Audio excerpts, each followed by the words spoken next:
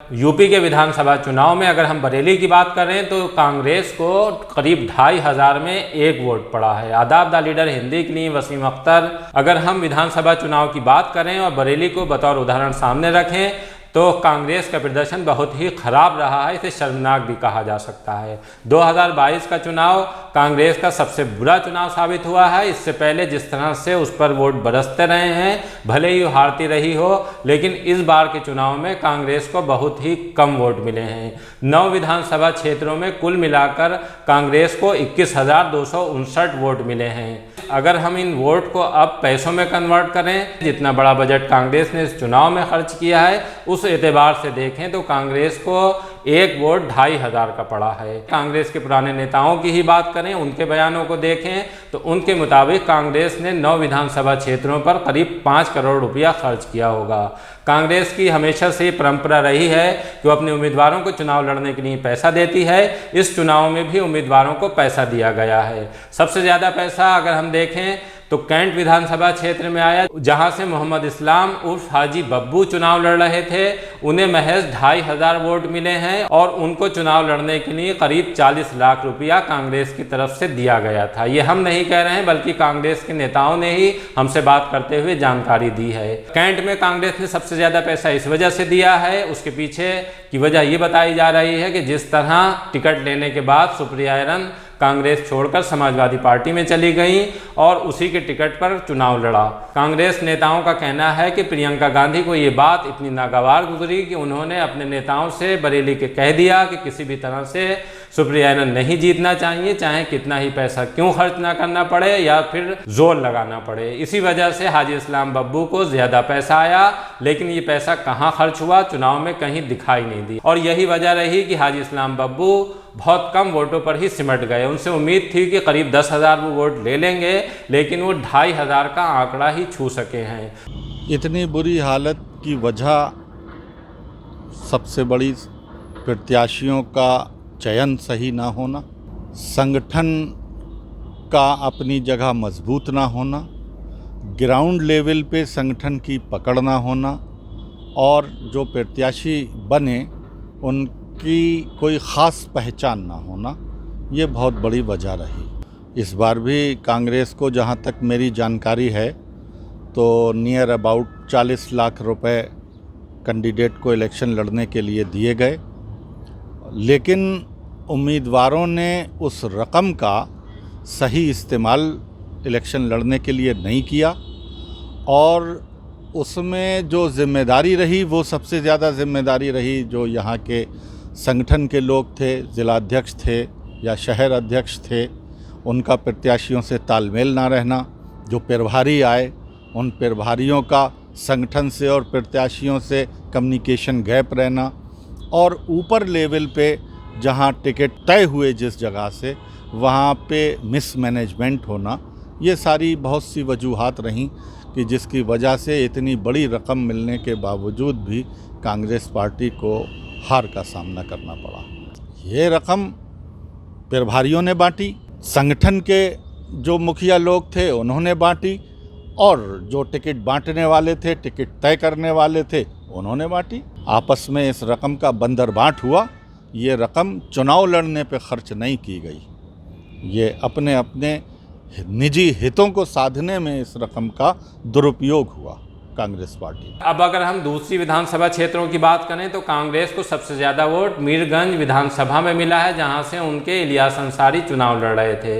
इलियास अंसारी फतेहगंज नगर पंचायत के चेयरमैन हैं। उनसे उम्मीद थी कि जिस तरह से उन्होंने चेयरमैनी में जीत दर्ज की है, कम से कम उतना वोट उठाकर ले जाएंगे, लेकिन वो इतना वोट नहीं ले सके और करीब 5500 वोट तक ही पहुँच सके हैं। अब अगर हम दूसरे विधानसभा क्षेत्रों की बात करें तो सबसे कम वोट कांग्रेस को भितरी चैनपुर में मिला है, जहां से उनकी उम्मीदवार अलका सिंह चुनाव लड़ रही थी।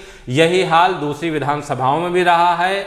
उषा गंगवार जिला पंचायत की अध्यक्ष रही हैं और वो भारतीय जनता पार्टी के जो विधायक थे नवाबगंज के, जिनकी कोरोना से डेथ हुई, केसर सिंह उनकी पत्नी हैं। अगर हम उषा गंगवार के वोटों को देखें तो उन्हें भी 2039 वोट मिले हैं। इसी तरह से अगर हम बात करें भोजीपुरा विधानसभा की तो वहाँ बहुत कम वोट मिले हैं। यहाँ से सरदार खां कांग्रेस के उम्मीदवार थे, उन्हें 1963 वोट मिले हैं। फरीदपुर में अगर हम बात करें तो विशाल सागर को 1744 वोट मिले हैं। बहेड़ी में जिला पंचायत की सदस्य जो इस बार विधानसभा के चुनाव कांग्रेस के टिकट पर लड़ी हैं, संतोष भारती, उन्हें 1845 वोट मिले हैं। इसी तरह से अगर हम शहर की बात करें तो कांग्रेस ने शहर में कृष्णकांत शर्मा को उम्मीदवार बनाया था, उन्हें 2311 वोट मिले हैं। कमी मैं कांग्रेस में भी मानता हूँ। उनके यहाँ सारे सीनियर लीडर्स जो हैं वो एक कोने में बैठे हुए हैं। एक नए लोगों को कमान दे दी गई है काम करने की।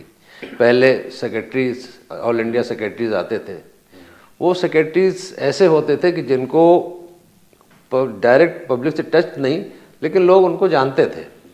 अब ऐसे लोग आते हैं कि जिनको कोई जानता ही नहीं है। नए लोग काम करें अच्छी बात है, लेकिन उनके पीछे सीनियर लोग भी होना चाहिए। उनके उनको जो गाइड करने वाले लोग हैं वो ज़रूर होना चाहिए।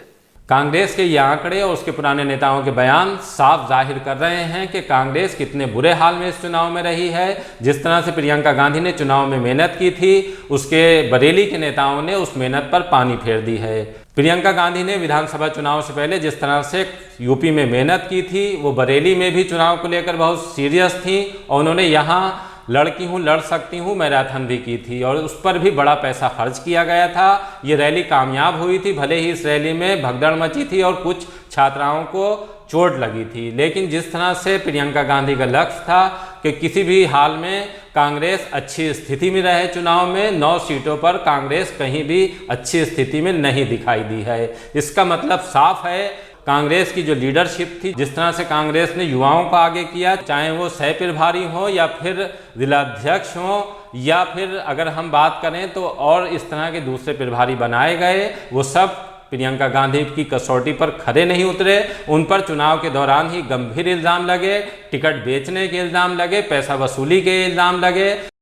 देखिए, देखना ये होता है कि युवाओं का जोश के साथ साथ होशमंद भी होना बहुत ज़रूरी है, सलीक़ेमंद भी होना बहुत ज़रूरी है और चीज़ों की जानकारी होना बहुत ज़रूरी है। कि यहाँ प्रभारी बनाए गए बिहार के जनाब तौक़ीर आलम साहब, वो कई महीने से बरेली आते रहे। एक ख़ास नेता के ख़ास होटल में उनकी मेहमान नवाजी की जाती रही। कुछ ख़ास टिकट चाहने वाले लोगों के घर वो गए, वहाँ दावतें खाईं, कहीं बटेर की दावत खाई, कहीं तीतर की दावत खाई, कहीं मछली की दावत खाई और उन्होंने फर्जी रिपोर्टिंग करके आला कमान को गुमराह करने का काम किया। उन्होंने टिकटों में सौदेबाजी करने का काम किया। ऐसे लोगों को टिकट दिए गए कि जो पार्टी में शामिल बाद को हुए, टिकट पहले दे दिया गया उनको। भाई क्यों? अगर यही हालत थी जिसका पहले से अंदाज़ा था, जिन लोगों ने पूरी ज़िंदगी कांग्रेस को दे दी, उन्हें टिकट देने में क्या हर्ज था। मैं इसमें जो आदरणीय प्रियंका जी के इर्द गिर्द जो लोग हैं, मैं उन्हें ज़िम्मेदार मानता हूं और पूरी डंके की चोट पे मैं कहता हूं कि इसमें आदरणीय धीरज गुजर जी, प्रियंका जी के निजी सचिव संदीप सिंह जी, तौक़ीर आलम जी, इमरान प्रतापगढ़ी जी, ये लोग ज़्यादा ज़िम्मेदार हैं। इन्होंने हवाई फ़ैसले लिए। ज़मीन तक की जानकारी इन्होंने ना खुद हासिल की, ना आदरणीय प्रियंका जी तक पहुंचने दी। कार्यकर्ता क्या चाहता है, कार्यकर्ता के मन की बात, कार्यकर्ता पार्टी से क्या एक्सपेक्ट करता है, संगठन में कार्यकर्ता किस तरह से संगठन से काम लेना चाहता है, ये बात इन लोगों ने प्रियंका जी तक नहीं पहुंचने दी। तो मुझे ये कहने में कोई झिझक नहीं है कि इन लोगों ने आदरणीय प्रियंका जी को, राहुल जी को और सोनिया जी को गलत फीडिंग की और जो भी इनके उसके पीछे स्वार्थ रहे हों, आर्थिक कारण रहे हों, उसकी वजह से इन्होंने अपना मकसद देखा, अपना स्वार्थ देखा और पार्टी को इन्होंने अब कोई अपना बेस्ट परफॉर्मेंस नहीं दिया। ज़िला अध्यक्ष कहीं नज़र ही नहीं आया। मैं कई बार यहाँ पे मुख्तलिफ़ विधानसभाओं के प्रभारियों से मिलने का मेरा इत्तेफाक हुआ। तो वो लोग ने मुझसे क्लियर कहा कि हम तो ज़िलाध्यक्ष का 2 दिन से इंतज़ार कर रहे हैं, ज़िलाध्यक्ष हमसे मिलने नहीं आए। किसी ने कहा हम 3 दिन से इंतज़ार कर रहे हैं, ज़िलाध्यक्ष हमसे मिलने नहीं आए। एक विधानसभा में सुना सोशल मीडिया पे कि उनके कोई करीबी यूथ कांग्रेस के नेता विधानसभा का चुनाव लड़ रहे थे, वहाँ वो बिज़ी हैं, लेकिन दिखे वहाँ भी नहीं। तो ज़िलाध्यक्ष की पूरी जिम्मेदारी होती है और ज़िलाध्यक्ष अपनी ज़िम्मेदारी से बच भी नहीं सकते। लेकिन मैं साथ साथ ये भी कहूँगा कि ज़िलाध्यक्ष इतने नातजर्बेकार और इतने कम उम्र हैं कि उनमें अभी राजनैतिक परिपक्वता का अभाव है, जिसके लिए वो ज़िलाध्यक्ष की के लायक नहीं मुझे लगे। ये चुनाव के दौरान ही संकेत मिलने लगा था कि कांग्रेस की चुनाव के बाद क्या हालत होने जा रही है। रिजल्ट भी वैसा ही रहा है, जिसने कांग्रेस को पूरी तरह से बैकफुट पर ला दिया है और 2024 में जो कांग्रेस की उम्मीदें थीं वो बरेली के नेताओं ने धूमिल कर दी हैं।